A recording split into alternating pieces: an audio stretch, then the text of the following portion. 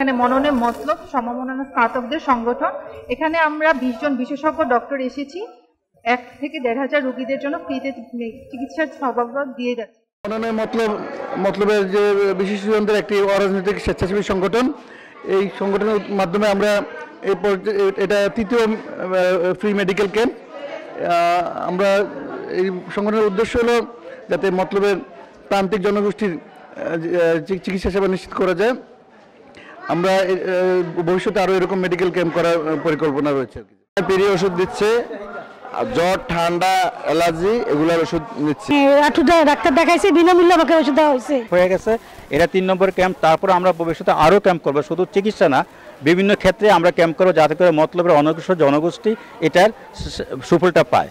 ইতিমধ্যে আপনারা দেখেছেন যে মতলবের অনেকগুলো অবকাঠামো হয়ে গেছে, স্ট্রাকচার হয়েছে, বিভিন্ন স্কুল বিল্ডিং হয়েছে, রাস্তাঘাট হয়েছে, কিন্তু তারপরে কিন্তু সমাজে পিছনে পড়া মানুষ কিন্তু অনেক আছে।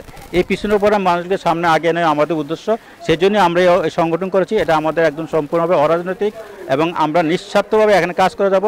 এলাকার লোকজন আমাদের কাছ থেকে কত নিতে পারে সেটি হলো চ্যালেঞ্জ, আমার দেওয়াটা এখনো চ্যালেঞ্জ। আমাদের মননে মতলবের এই সংগঠনের উদ্দেশ্য হলো বিভিন্ন সামাজিক কাজকর্ম করা, বিভিন্ন সামাজিক কাজকর্মতে উদ্বুদ্ধ করা।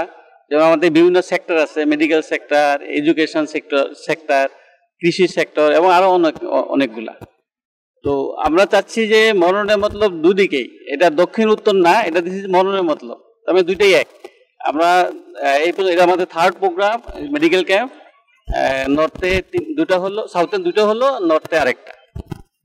তো এটাতে আমরা দেখছি যে বিপুল সাড়া পাচ্ছি এবং আমাদের বিশেষজ্ঞ ডাক্তারগণ ঢাকা থেকে আসতেছে, তারাও গ্রামের লোকজনের সাথে একটা সংযোগ স্থাপন হচ্ছে, প্রান্তিক লোকদের চিকিৎসা দেওয়ার সুযোগ হচ্ছে। এরপরে আমরা মেডিকেল এডুকেশন শিক্ষার উপরে কিছু সেমিনার, টিচারদের কিছু টিপস দেওয়া, টিচারদের কিছু কি বলে এটাকে ট্রেনিং দেওয়ার ব্যবস্থা করব। এবং কৃষিক্ষেত্রে আমাদের আছে কি বলে